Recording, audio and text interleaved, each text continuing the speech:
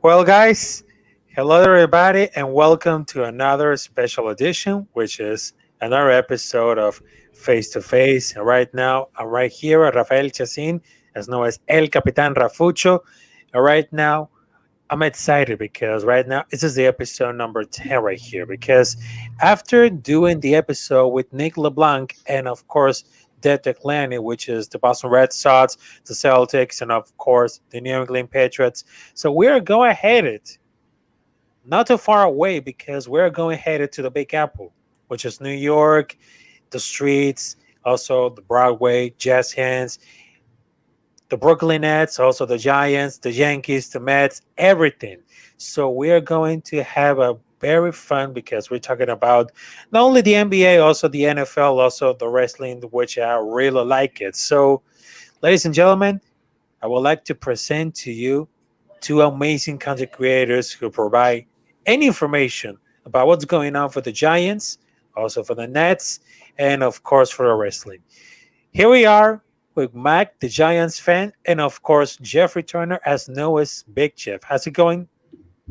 Hey, how's it going tonight, Raphael? Thanks for having us on, man. Really appreciate it. Thank you, Rafael, for having us on the broadcast tonight. Greatly appreciate it, man.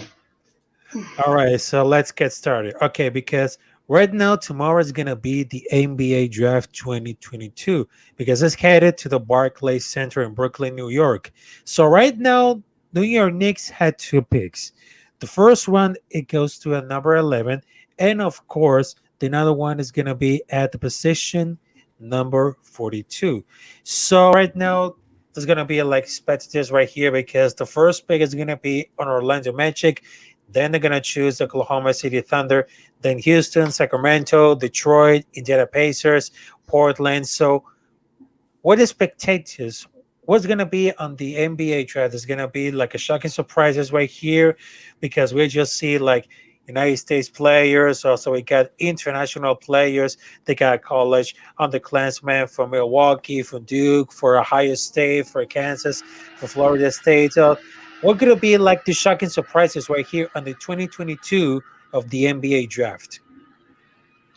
Well, I think one of the biggest surprises and shocks that could be coming in the NBA draft might not even be the exact draft picks themselves. It could actually be some of the trades that are going to be going on during the draft and some of these teams that might be trying to use some of these picks to acquire some veteran players or some potential stars to possibly maybe make a long playoff run or maybe even go for a championship. I mean, just today, the Blazers acquired a Jeremy Grant, who is a solid player over there in Detroit, to help out a guy like Damian Lillard, who they're trying to keep there long term. So you could be seeing a lot of those types of things happening even tonight, going into tomorrow, right before the draft. You could see a lot of wheeling and dealing, and especially circled around the New York Knicks because the Knicks have clearly been a team that has been going star searching for a couple of years. It's just they want to see what they have in this young core to begin with.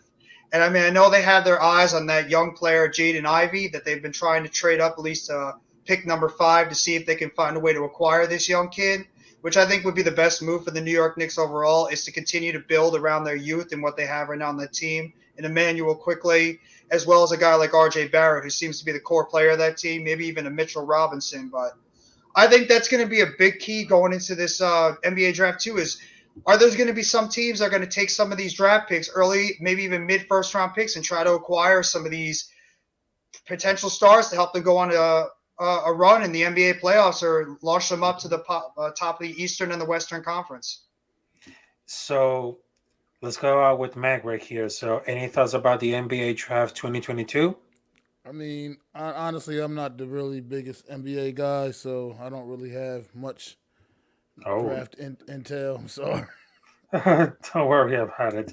So, okay, so let's continue about it because I know you're not well a big fan of the NBA, but also you had the you have because you're a fan of the New York Giants and of course the wrestling. But right now, I just wanted to let you know about what's going on with the Brooklyn Nets because I know Jay he's a Nets fan because I just saw all the news right here because recently they just had like they have 5 appearances in the playoffs because the last one it was 2006. But what happened to since then? Because right now Brooklyn Nets has well Ben Simmons for be a trade for the Philadelphia Sixers, and of course they got Kyrie Irving, and they're gonna to lead to go to another team right here. So what's going on with the future of the Brooklyn Nets right here? Well, right now the future of the Brooklyn Nets is all tied to what exactly is going on with Kyrie Irving.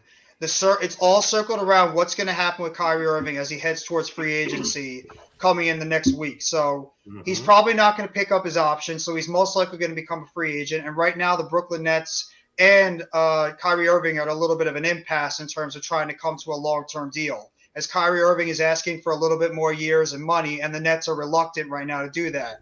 The problem is the Nets have pretty much traded a lot of their resources, including a lot of their depth, to acquire a guy like Kyrie Irving, Kevin Durant, and then when they made the trade, acquired James Harden. So really, at this point, the Brooklyn Nets have to find a way to sign Kyrie Irving because if you let him go, the chances are Kevin Durant is going to be picking up that phone and calling up Sean Marks, and he's going to be telling them, I want to demand a trade, and I want out of Brooklyn because they pretty much came as a package in 2020 when the both of them chose to sign with the Nets. So a lot of what's going to happen with the Nets is going to circle around what they're going to do with Kyrie Irving. I mean, I've heard stories all over the place. The latest rumor that came out this afternoon is that the Lakers are becoming the biggest threat and that Kyrie Irving and LeBron James are having some talks behind the scenes that they might be trying to reunite over there in LA and that they would be the most likely team that could potentially Uh-huh. sway Kyrie Irving over there. But the problem is Kyrie Irving going to be willing to take what it would be $30 million less,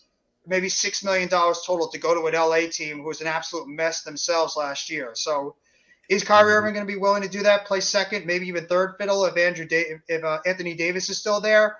I don't know, but it's really all dependent on that. And then if Kyrie Irving does come back, in terms of why this team has been a mess recently, it's been health, it's been the vaccination issues with Irving, it's been Ben Simmons saga since they brought him in. Who really knows where his head is right now, where he's mentally, where he is physically?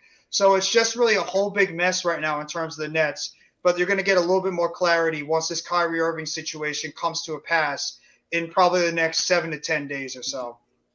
Mm, that's very because I just heard about all this because right now this is gonna be the future of Kyrie Irving because they had a lot of issues for the Brooklyn Nets right here.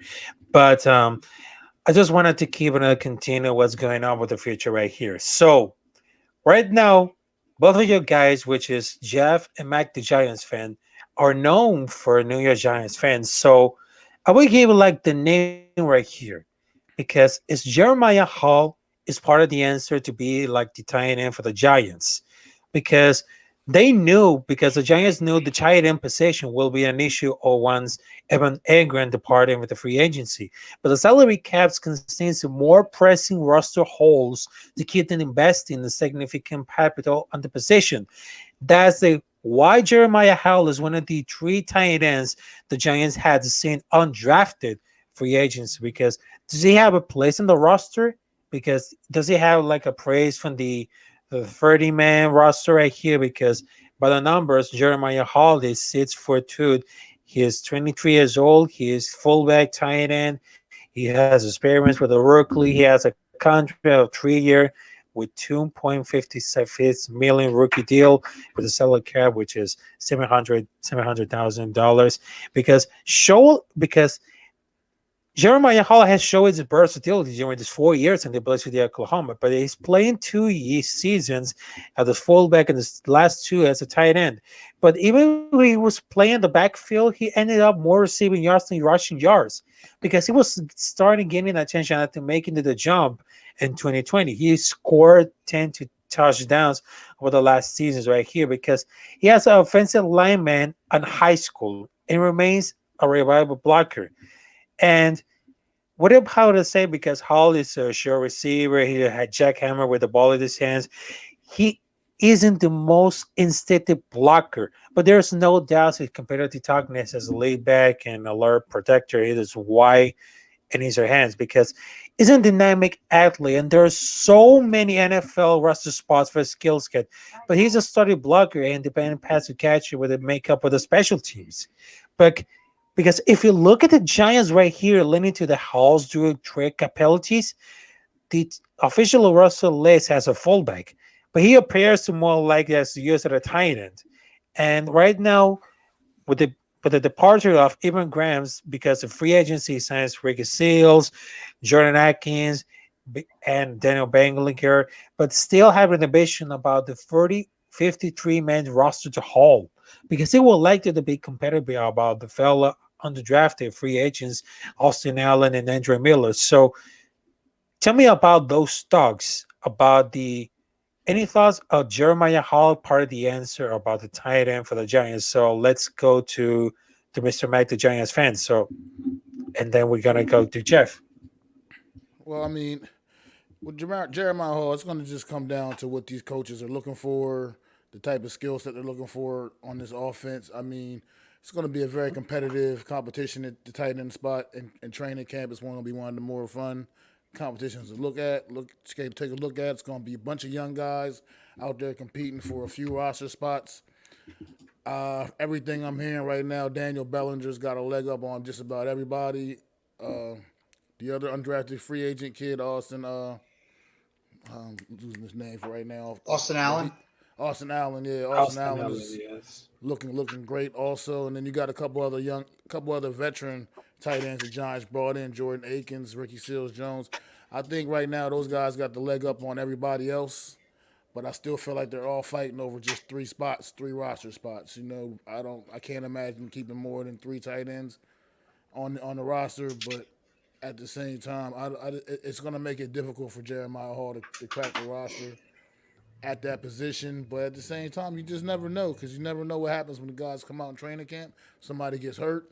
I mean, a lot of different variables that can go help out Jeremiah Hall's cause. But Mhm. right now, at where things stand right now, he's kind of it's going to be a tough road for him to make the 53 man roster. Just is what it Mhm. is. So all right. So Jeff, any thoughts about Jeremiah Hall? I mean, it's similar to what Max said. I mean, Jeremiah Hall. What are they going to where is they going to play him in terms of his position? Are they going to try him maybe a fullback? And if they're planning on maybe running some offensive plays and some schemes with a fullback and player, they're going to plan on converting him over there. Especially if they do like his skill set, but at the same time, they don't want to get rid of a guy like Austin Allen who has that red zone potential and is a very big guy. It could be that guy you can use if you're down by the goal line. And Daniel Bellinger just seems to be like a guy that's just making plays all over the place and has even developed a pretty good chemistry with Daniel Jones in OTAs and in minicamp. And in terms of Ricky Seals Jones, last I heard, Ricky Seals Jones has been running a lot with the second and third team, so he even knows that this guy is going to be able to make the roster unless he shows something in preseason as well as training camp. And in terms of Jordan Akins, he's going to be a guy that you're not really going to trust a lot in terms of blocking. He's just your inline, take him deep down the middle tight end. So it's going to be a fun competition watching those tight ends. It's probably going to be one of the most exciting because there's really no guy. Maybe Daniel Bellinger does have the leg up. There's really no guy that's a surefire bet to be the tight end one, or even any guy besides probably Bellinger that has a shot to make this roster. It's like a guaranteed guy to be there. So it's going to be fun. It's going to be intriguing. And if Jeremiah Holt can show out in training camp and preseason and give this team something, whether it's a blocking, whether it's pass catching, whatever it is, and they might want to use his abilities as a fullback, and you can find a way to keep him there, as well as Austin Allen and Daniel Bellinger, whoever the tight ends are that emerge. And I think they're going to keep at least three tight ends as well. I mean, yeah, I wouldn't mind. The Giants are a team that's pretty much going into the season as a rebuilding franchise, a team that's in the middle of a rebuild. And as many young guys you think they're going to come in and maybe show you something during the season, go for it. See what they can do. Mm, that's because right now the New York Giants had went to all over this years they had like the worst season because they don't have like the ability, they don't have the speed right here. And because speaking about that, because I just talked with some content creators for the Philadelphia Eagles, the Dallas Cowboys, because I just read all of the news about it. The Daniel Jones is named one of the NFL worst starting quarterbacks entering 2022 because I just saw one of the articles is because since his college days at Duke, Jones has never overly accurate or safe passer with the ball because should not be drafted so highly in the 2019 class of those tendencies because Many believe the Giants are wasting their time with Daniel Jones and should move on because others see like Jones as a player who about to pop and become a star because he was born in Charlotte, North Carolina, and he was from Duke. But do you think that Daniel Jones is gonna be the worst starting quarterback right here? Because Brian DeWall, which is the coach, and the offensive coordinator Mike Kafka have a responsibility to the success of Josh Allen and Patrick Mahomes, along with the brand new offensive line should sent to Jones up to the upper territory. But come because right now he's dealing with the backlog, and of course the scene goes right here. But I just saw all these the stats right here because should we worry about it? What's going on with the New York Giants quarterback, which is Daniel Jones? Is this the worst? Well, it's made like debatable because do you have any thoughts about what's going on between if Daniel Jones is the worst starting quarterback or he's gonna to improve about the season right here? So let's go to Mac and then we go to Jeff. Well, based on the first few years of Daniel Jones' career, I mean, it's hard to make an argument that he's not one of the worst starting quarterbacks. He's not the worst. I think there's a few guys that I would definitely rank below Daniel Jones, but not very many right now based off of what he's put on film for the first few years. And it's been a lot of up and down. I don't like to make excuses up for the guy, but it's been a lot of suspect coaching and things. He's been I mean offensive line. We already know the story about the offensive line, but at the same time, he still hasn't really demonstrated that ability to be a consistent playmaker as well. However, he does legitimately have skills. You can see the kid has some degree of skills. I don't know if he's kind of just been ruined here in New York, and maybe a change of scenery would really make the lights come on. We'll see this year. The Giants didn't pick up his fifth year option, so it can be a clean. If it doesn't work out this year, it'll be a clean break at the very least. So yeah, Daniel Jones, he has a lot to prove this season, but Brian Dable, and I know Brian Dable and Mike Kafka have a good track record, obviously coming from their former places of employment with Josh Allen and Patrick Mahomes, two of the absolute best quarterbacks in the NFL right now. So I mean, Exactly. can they put that mojo on Daniel Jones and maybe wake this kid up, get the light bulb to actually come on? I mean, we'll see. We'll see. It's a lot. It's a lot to do, man. The New York Giants, they came over to this team. New York Giants are an absolute mess until they prove otherwise. And we got this. Daniel Jones is the quarterback for at least this one more year. We'll see, man, what this kid can do. But it just based off of what he's put out there, I can't say I have the utmost confidence in what he's going to do. I hope it all works out, obviously, as a New York Giant fan, but he just hasn't put enough good football on tape for me to have a whole lot of confidence in him at this point. All right. So Jeff, any thoughts about Daniel Jones? Look, the whole Daniel Jones thing, this has been a thing that's been going on since the New York Giants ended their season in 2021. And they brought Uh-huh. we All don't right. we don't really know what Daniel Jones is right now, and that's the biggest problem because going into the 21 season, what was the biggest thing we wanted to hear about this team? What is Daniel Jones? Who is Daniel Jones? What kind of quarterback is Daniel Jones? And then obviously everything that happened that season with the wide receivers all getting hurt every single game, Saquon Barkley missing some time. You had the offensive line, which was just abysmal. I mean, the three of us could have done a better job blocking than some of the guys on that offensive line. I mean, the scheming was absolutely beyond horrendous. Jason Garrett was scheming probably from like the 1950s or something. And I mean, the coaching was horrendous. There was really nothing to help out a young guy like Daniel Jones, but at the same time, Daniel Jones has made some mind-numbing mistakes that just make you sit there and be like, what are you doing? He's turning the ball over at a record rate, especially in his rookie year. He turned the ball over way too much. He doesn't have the best decision making when he's in the pocket or when he's scrambling even out of the pocket. He panics way too much. but you can understand a little bit because when your offensive line is giving you maybe a second to give you a shot to find your open receiver, it's very difficult for you at the same time. But Daniel Jones, you have to wonder with Daniel Jones going into this season. Is Daniel Jones just too far gone mentally because of everything that's happened to him in his first 3 seasons in the NFL, and if just his the lack of playmakers out there because nobody can stay healthy, the horrendous offensive line, not putting a scheme around him, all the things that have pretty much hurt the development of Daniel Jones, and which the owner pretty much admitted it during the beginning of the offseason that he didn't do anything to help Daniel Jones or Saquon Barkley, but especially Daniel Jones. So you have to wonder if Daniel Jones is just so mentally gone because of everything that's happened in the past that even if you bring in a scheme that fits him, you hope the offensive playmakers will be better. You brought in better players on the offensive line like Evan Neal at pick number 7, and you picked up a Mark Lewinsky and a John Feliciano, a couple of veterans on that offensive line. You bring in back a guy like Shane Lemieux at left guard, as well as draft a potential guy that could be a perfect scheme fit for the offensive line, Joshua Azudu. So you have to wonder if, like, even with all these things that Brian Dable and his scheme with Mike Kafka they're bringing in should placate to Daniel Jones' skill sets and get the most out of him, if Daniel Jones is just too mentally gone because of everything that's happened to him in the past, that doesn't matter what he does this year. It's just not going to help him because he's just a broken man. And that's the thing you have to wonder because this is it.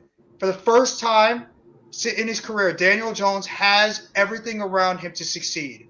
And like Mac just said before, they didn't pick up his 5th-year option. This is it. If Daniel Jones can't get the job done with better receivers that are healthy, an offensive line that's improved, better scheming that's going to fit to his traits, and he can't stay healthy, which has been another bugaboo of Daniel Jones and why a lot of Giants fans love Eli Manning is because the guy could just – Eli Manning, even when he was banged up, we knew that guy was going to be out there on every Sunday, Thursday, Monday, whatever day it was of the week, whereas Daniel Jones has had injury issues every single year. Will Daniel Jones be able to stay healthy? And if he doesn't get the job done, you're gone. See you later, Daniel Jones. We'll just go look for a quarterback in the future in the 2023 draft. So this is his Yeah, last and because of chance. Mm-hmm. This is it.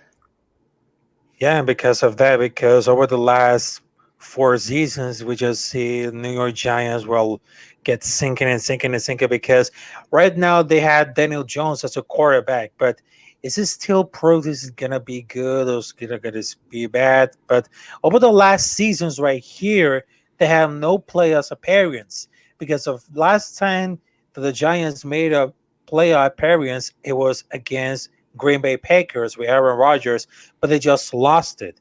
But right now, the New York Giants, it seems that, well, they just sink it at the last place, 3rd place, but they're just like, well, record of 3 wins and 10 losses, or maybe 3 losses or 12. But it seems that they have like very difficult future for the New York Giants, and I'm not very sure if they're gonna have to to make it to the playoffs right here. But after they're going to the draft right here because they just draft Kayvon Thibodeau and of course even Neal for the Georgia, things are getting good right for the New York Giants. But is it time for the opportunity to get out and to get out to the nightmare and not to get stuck at the losing streak right here? Because I hope that two is gonna be 2 players, which is Kevin Thibodeau and Evan Neal. They're gonna be like amazing, but they had the guts to make it to the playoffs this season right here because we just see like the losing streak for the New York Giants over the last 3 seasons right here, and they just didn't advance for the playoffs. So is it time to rebuild all these Giants right here, or is it just like they just look like the fate right here because does any thoughts are about what's going on if the Giants go to the playoffs or not? Because after Kevin Thibodeau and Evan Neal, they just made to the draft right here. They're just like earning 2 jackpots for the New York Giants. Is it time to go to see the Giants make to the playoffs or maybe not? So let's go out to Mac and then Jeff. Well, I mean, right now, I think putting playoffs is a bit of a high expectation right now to put on this team's shoulders. Just want right now, you need to see this team be competitive again and just show legitimate signs of improvement. As far as like a rebuild thing, that I can basically consider when you bring a new regime in like this, and you a whole new regime, GM, coaches, whole coaching staff basically is new, with the exception of a few guys. This is a rebuild, and I mean they're bringing their guys in. They're gonna figure out. They're gonna get their guys in here and start inserting their guys in and doing things their way. So right now, everybody's on notice. That's what makes the New York Giants a fun team to keep an eye on this year because there's a lot of unknown, a lot of unexpected. You just don't. Nobody knows. You're not going to know what to truly expect because nobody's seen this product on the field yet. You know, it's a whole, like I said, a whole new regime, man. Bringing in whole new philosophies, new trainers. So you can look at all the film you want to from last year. It's not going to tell you much about what to expect from the New York Giants. It's just not. So, well, at least we hope so, anyway. That's perfectly said, Mac. That's perfectly said.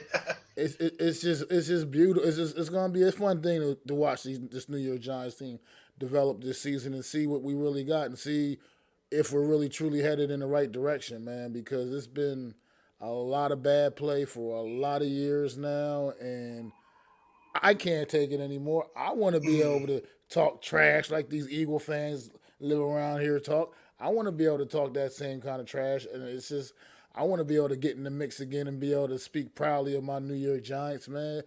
So I just want I'm excited. I want to see how things work out, man. All right, so Jeff. Well, Raph, you want to know why this New York Giants team has been so bad for a long time? And Mac knows because we haven't drafted well. We haven't drafted well in almost 10 years. 10 years. There's only one player from the New York Giants that has been re-signed to a second contract on this team right now, and that's our favorite guy, Sterling Shepard. The only guy that's been signed to a second contract with the Giants. It was Beckham too, but he got traded. We all know the famous Gettleman quote. But that's why the New York Giants have been a bad team for a long time, because they have not been a team that has drafted well over the past 5 to 10 years. And that's what most of the good teams that have sustained success, they do, is they draft well. And that's not just your first, second, third, fourth round picks. That's when you find guys in the later rounds that are either contributing as special teams players, consistently on the roster, or even guys that can show something and become eventual starters on that team.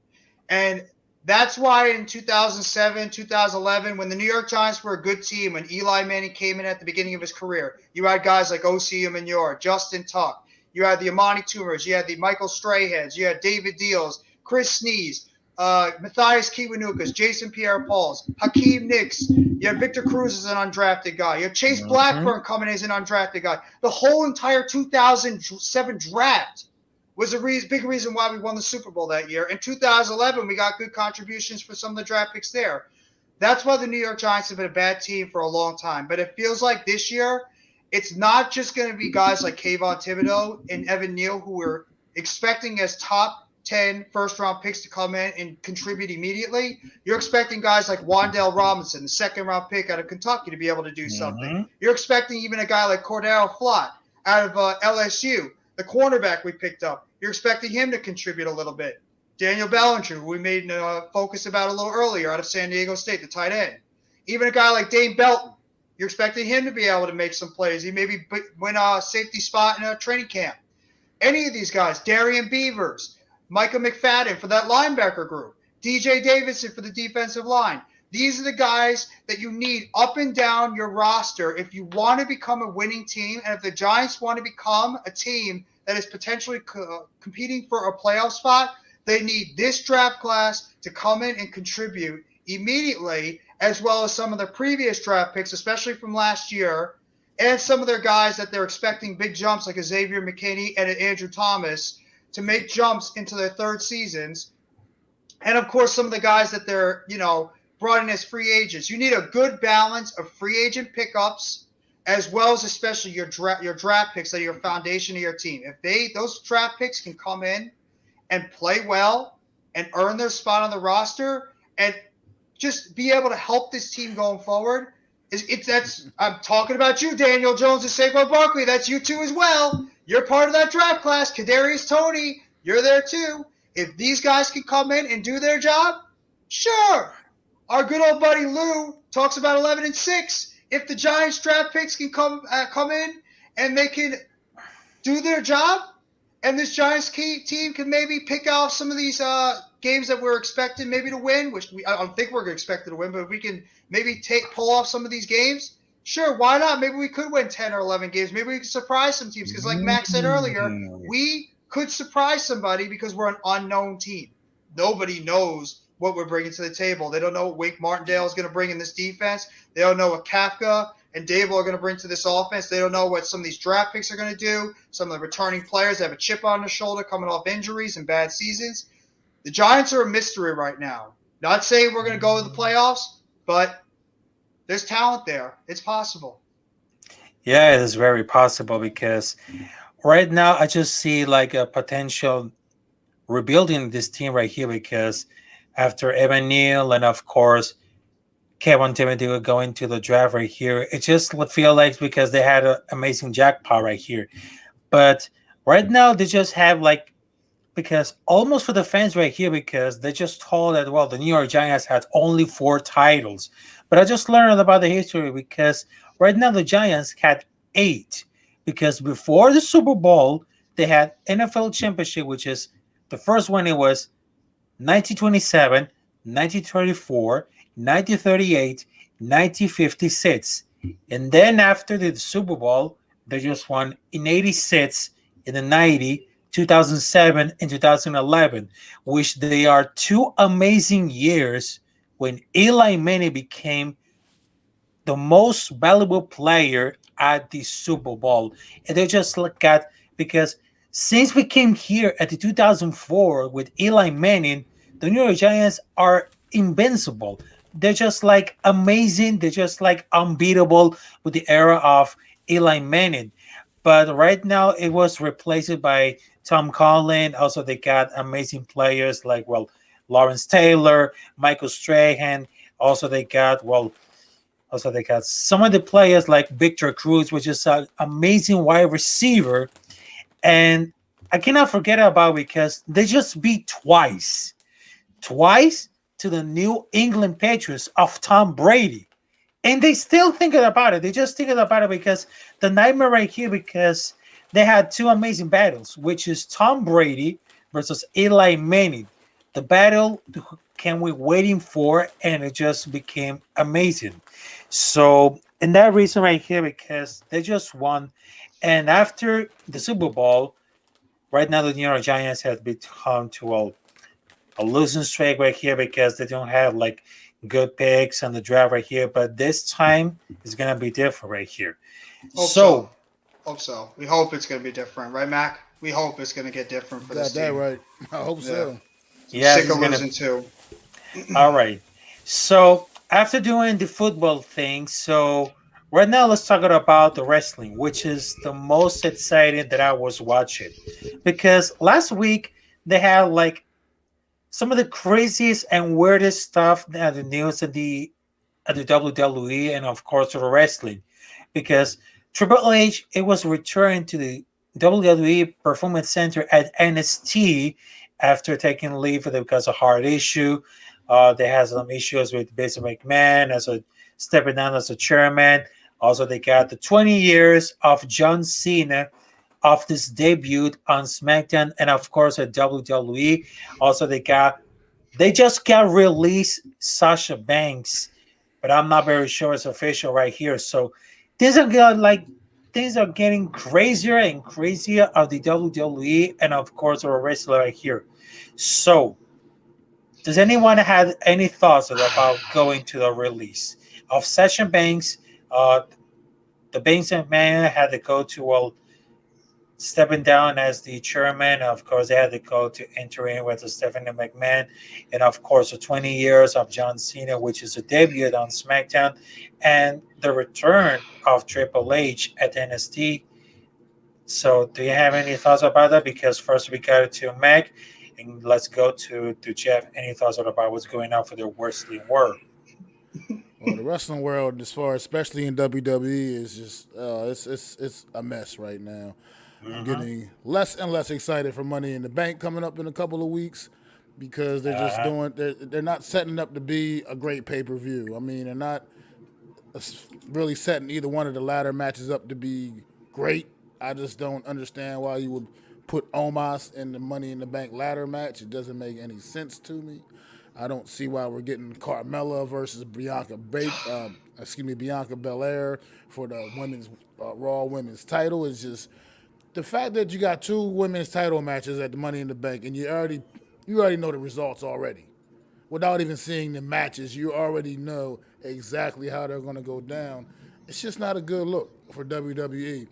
It's like as far as Sasha Banks is concerned, that situation, I think her being released is just the best case scenario for both parties.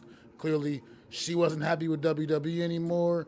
WWE clearly is not planning on wasn't doing things that make her happy, to keep her happy. So, best case scenario is just cutting ties, letting her go do her thing wherever else she may land, which I would think likely will be AEW because it's the next biggest company for her to go to, at least as far as working here in the states. But WWE is just it's getting frustrating because they build things up and then they just take it away from you. Judgment Day is the latest disappointment on a long list of disappointments for WWE. You start an amazing faction led by an amazing Hall of Fame talent in Edge, and yet you feel some need to make changes a month into it, basically. Like a month, Exactly. like you just, what did you even give it started for then? If you're just going, if that's the result, you're going to be a month later. We're going to put Finn Balor in as the leader of Judgment Day now and get rid of Edge. Like, what this doesn't make sense. The things they do don't make sense. And then you get these weird Vince McMahon appearances on SmackDown and Raw.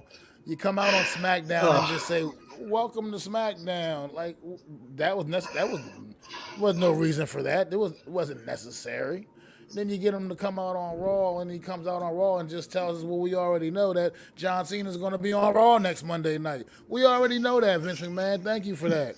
But it's just too much with this company right now, and the fact that they just feel like they can just do whatever they want because they got the money, they got the this, the that. Let people who truly have a real passion start, making some creative decisions. Like let Triple H be more in control of some creative decisions because things that Triple H was doing with NXT a few years ago, a few years back, when he was completely running that show, NXT was better than Raw and SmackDown for a little bit there. I mean, so let people who really care about the business of wrestling still take over in the creative world a little bit. So we understand, Vince, you're the boss. It's your money. You're funding things. You're the guy that signs all the checks. But yes, just sign the checks and let other people, work and do the job, and get the job done more effectively. Because the creative decisions for WWE have been absolutely terrible at best. Absolutely terrible at best. And just when you got a big pay per view like Money in the Bank coming up, and you can't even get excited for it. There's no world title match at all going to be there. You bring Brock Lesnar back, and you already announced that it's going to be him and Roman Reigns at SummerSlam. So so what are we going? So Money in the Bank is just we just get nothing. No world title defended at SummerSlam. I mean, okay, we got some title matches that might make. Got the Street Profits and Usos, which might end up being probably could be the best match on the damn card. I mean, but it's just not giving us enough as fans. It's just not giving us enough, man. And I think the Brock Lesnar thing was totally with the Cody Rhodes getting injured and going down that through a monkey wrenching things. So they had to get Brock back on board. I think that's all that is. Smoke and mirrors, man. I'm not really sure what their real plan is. We'll see at SummerSlam, I guess. But yeah, WWE has been disappointing for quite some time now. It's time It for a is. change. It's time for a change. It's time to make things better. You got Stephanie McMahon getting ready to take over for her while her dad's dealing with these legal issues. John Laurinaitis also dealing with legal issues now. I guess also having taken administrative leave. So yeah, it's bad. It's not a good look for WWE behind the scenes. It's not a good look in the ring. So lately, it hasn't been a good look. We just need to see something better, man. Better product, man. For the fans deserve better. You get too much loyal support for WWE to give us the same crap product that they keep giving us, and it's not acceptable anymore. AEW gives you a much better product in the ring, but then they also have their own issues as well. So as far as I feel like they just have way too much talent and too much talent, and they can't. It's just you can't do enough with all those guys, with all those people.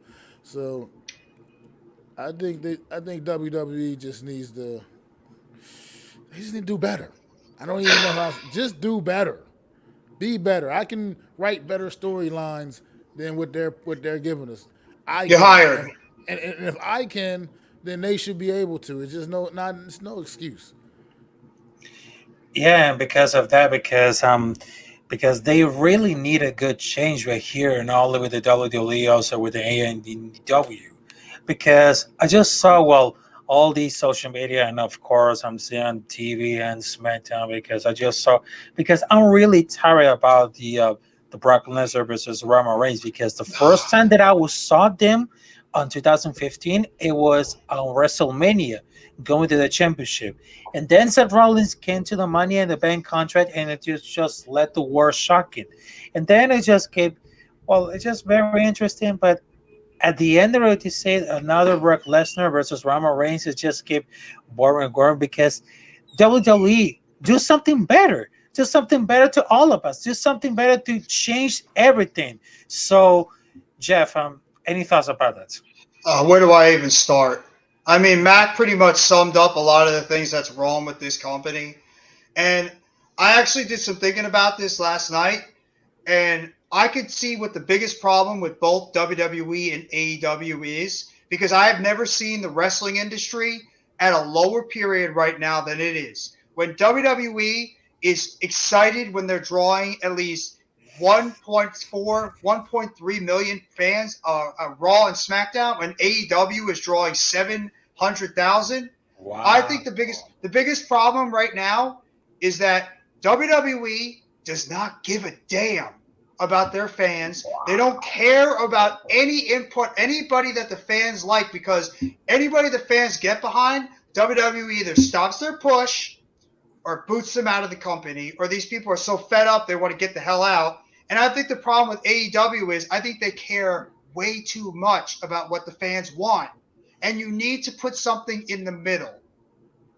And I think what Max said is exactly what should happen. Vince McMahon, John Laurinaitis, and all these people need to get out of the company. Vince McMahon, you had an amazing run as the owner of this company. You did some fantastic things. You had the Attitude Era, was arguably one of the greatest eras in wrestling history. Your character was a mainstay, one of the greatest characters ever made up. You arguably had the greatest feud in wrestling history with Stone Cold Steve Austin. You've done a lot of great for this company, but you're a man in your Exactly. mid 70s that is now dealing with a serious lawsuit. Actually, it's 5 lawsuits now being pressed against him. And this guy, you think that Stephanie McMahon is control right now of the WWE? That's hogwash. Vince McMahon is still doing all the things behind the scenes. He's still writing the creative. He's doing all this stuff because you know what? Until they forcibly remove this guy from the company, Vince McMahon is still going to have his hands in this. Stephanie McMahon is just a placeholder right now. And what he did on SmackDown and Raw, I'll tell you why he went out there for the reasons. That's why he did cut those promos. Ratings. That's why. WWE actually had the highest ratings on SmackDown and Raw because Vince McMahon showed up and he did his little promo that he did. That's it. That's the reason why Vince McMahon wanted to do it, because he wanted to try to take the focus off of everything involving himself, and he wanted to try to put the focus on the product and what's going on there. So he just said on SmackDown, "Oh, we're going to have a great show tonight. I hope everybody enjoys it." And on Raw, he just did what we already knew about. John Cena's been with the company for 20 years. He's going to be back. I hope everybody can't wait to see John Cena back. I mean, the product in WWE is so bad. Your best thing that happened on Monday Night Raw was a comedy skit that got over organically between Kevin Owens, Ezekiel, Elias. That was funny because nobody I gave mean, this thing a chance yes, at the beginning, and it turned out to be great. It was funny. But you're telling me that you want to see Carmella versus Bianca Belair? Bianca Belair, who's the best wrestler, athlete, everything in this company in terms of a Raw superstar in the exactly. women's division. You put her against Carmella, of all people, Carmella. And on SmackDown, Ronda Rousey badly needs a manager. She looks like she doesn't even care since she's come back. And Natalya is as charismatic as my water bottle over there. She has no charisma to her. She's a fantastic wrestler, but we've seen this already. WWE needs to get Vince McMahon and his people out of that company and, like Mac perfectly said, put Triple H or somebody that understands modern day wrestling in charge of that company that'll bring excitement to the WWE that has been missing for at Hmm. least 10, 15, maybe 20 years. Because it's boring, it's unexciting.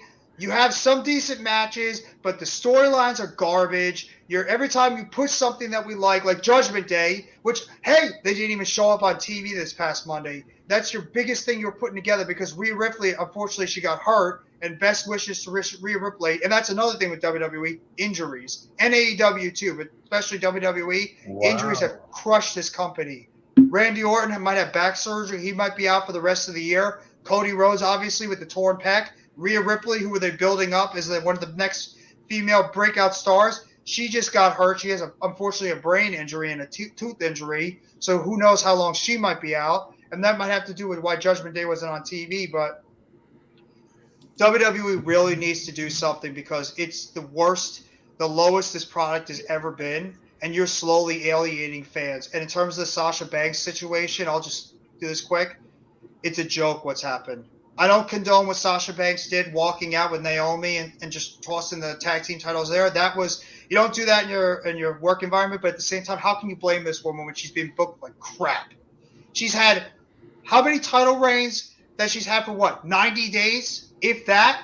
This woman I is mean, pound for pound one of your best talents you've had in that company for 10 years. And you have not booked this woman exactly. to the type of credential that she should be. You know what? She should walk Yes. she should leave WWE, walk into AEW and become the face of Hmm. that company.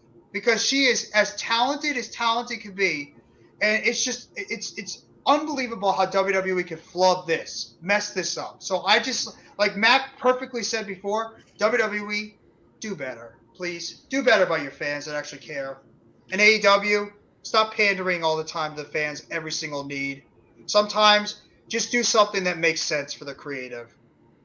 Yeah, exactly. Because I didn't watch Monday Night Raw and SmackDown because they need to improve all these products right here. Because I just saying because and I'm totally agree with Mac and also Jeff because they need something better.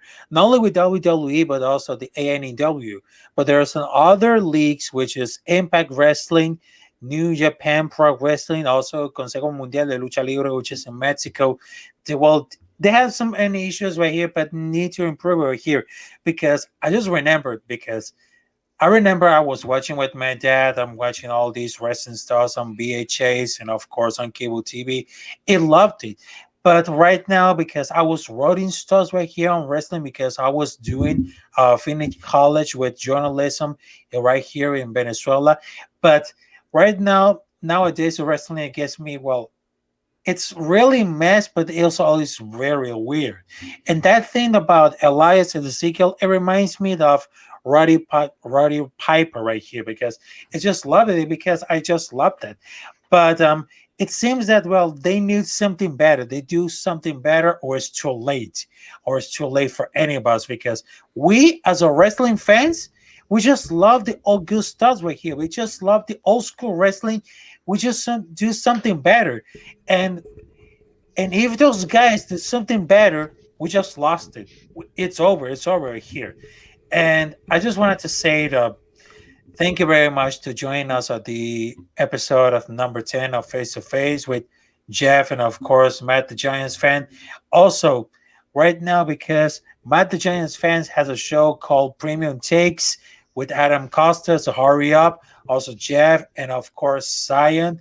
Uh, any final thoughts? Because we're about to wrap things up right here because we're just talking about the NBA, also the NFL with Daniel Jones, and of course wrestling, which I like it better. So any final thoughts?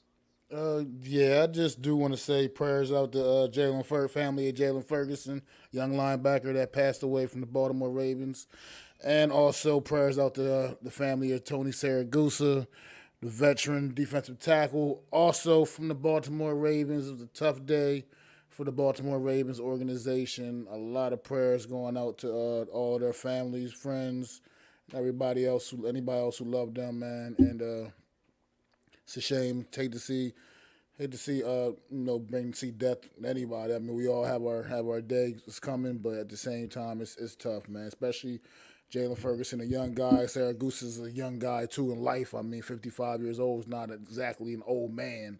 You know what I mean? So he's it's unfortunate. It's a shame, man. I don't know the circumstances behind their deaths, but just prayers to their family and friends, man. Hmm. Yeah, because right now it's very sad that well the defensive lineman, first lineup analyst Doris Siragusa is dying at 55 years old. And I just read about the news because he was playing 7 years with the Colts before joining the Ravens, where he finished off his career here because his final season it was 2001. And his nickname Goose was a key member of the 2000 team that he won the Super Bowl and he allowed the fewest points to the NFL story with 60 game regular season. And he was very incredible because in his 12 seasons, Saragusa has tackled more than 400 with 22 sacks and 5 forced fumbles. And he became an NFL sideline reporter for Fox after his playing career ended. So we're gonna send prayers and send the blessings to Thomas Sinagusa and of course the other player other player for the Baltimore Ravens. Also Jalen Ferguson right here. So guys, last thing before wrapping this out of Jeff, Mac, where can you find us on YouTube and also your shows coming up next? Yeah, you can definitely find me on YouTube, Mac the Giants fan. You can find me everywhere at Mac the Giants fan. Facebook, Twitter, Instagram. You can find me on TikTok. Everywhere at Mac the Giants fan. YouTube though is one of my main platform. Is my main platform where I drop my videos and I Yeah. do. We got the premium takes that we do every each and every Sunday. Myself, Jeff up here, Zion Zenith, Adam Costas. We bring you premium takes each and every Sunday. I also do NFC East Roundup with Adam Costas. That'll be coming each and every Wednesday when the regular season starts. But we have been sprinkling in some off-season episodes along the way. And I don't know exactly sure when the next one of those is coming up, but it'll be coming up sometime in July before training camp starts. And then I do a little thing called Behind the Wheel every once in a while. Drop a little video, just talk about some random news, usually about the New York Giants. But I might start dropping them about some other topics as well, since the Giants news is going to be a little bit quiet for a little bit. So you can catch me. You can just find me there, Mac the Giants fan, man. I appreciate you. Come through, subscribe, like, ring that bell, man. I'm gonna be bringing that fire. And when the season gets started, my channel gets rolling. I'll let you know that right now. Off season, I'm a Exactly. little bit sporadic, but when the season comes, I keep it rolling. 3 shows are guaranteed every week. I got the NFC's roundup, which I just mentioned. I also bring to you on Sunday before the game, the True Blue preview, and then after the game, immediately following each and every New York Giants game, I bring you the True Blue aftermath, baby, and that's a live stream each and every week after every New York Giants game, whether it's on Thursday night, Sunday afternoon, Monday night. You getting True Blue aftermath after each and every New York Football Giants game, man. That's coming in the regular season, which will be here soon enough. So please come to my channel and like and subscribe. Hmm. And also, Jeff, you can find us on any social media right here to well, everybody can find can find you, Jeff? Well, you can find me over at JeffyT85 on Twitter. You can also find me on Facebook. I pretty much do the New York Giants content as well as some Brooklyn Nets. I do New York Mets. I do WWE wrestling. You can also find me as a co-host, like Mac mentioned before, on the Premium Takes, along with Adam Costas and Zion Zenith. And I mean, I also am going to be bringing on. I also go undercover in terms of like all the teams that I go. So I go undercover on some of the news updates, some of the storylines that are going on. I'm going to be doing a New York Giants positional preview for training camp and preseason that are going to be coming up soon. I'm going to be doing every single week. I'm going to be doing Wednesday, Thursday, Friday an injury report to see what players have been practicing, how much they've been practicing, as well as what's their status leading into the game on that Sunday. If it's going to be a Thursday game, I'll do it Monday, Tuesday, Wednesday. So I'm going to be doing an injury report the entire time. I'm going to be doing a preview as well as a review as well. And I'm excited for the season that's going to be coming up. If you haven't already, please subscribe to MYG Jeffy T3285. Hit the bell for the notifications and for when future videos and shorts that come out. Catch me on Premium Takes with my buddy over here at Mac the Giants fan, Zion Zenith, Adam Costas. And thank you very much for having me on the show tonight, Rep. I appreciate it very much. Mac, always love working with you, bro. All Absolutely, right. do appreciate it, man. Thank you too, Rafael. Exactly. And also, we're wrapping up this episode. Thank you, Jeff and Mike, the Giants fan, to join us at the episode number 10 of Face to Face. And of course, I'm Rafael Chacin, as known as El Capitán. So I will see you there next time. And don't forget to subscribe, Rafael Chacin, right here on YouTube. And of course, hit the like button, share this video, and subscribe to everybody else so you can follow me on Twitter or Instagram as at Capitán Rafucho. Also on TikTok, which is Captain Water 93. And on YouTube, you can subscribe me on YouTube, which is Rafael Chacin, which you can have to watch all the rest of the episodes of Face to Face with the amazing guests right here. So right now, it's time to say goodbye. And of course, prayers and blessings to Jalen Ferguson and of course, Tony Siragusa. So right now, let's have a moment of silence to two players, to beloved bus. And of course, have a good night, gentlemen. And let's see another episode of Face to Face. So let's do it.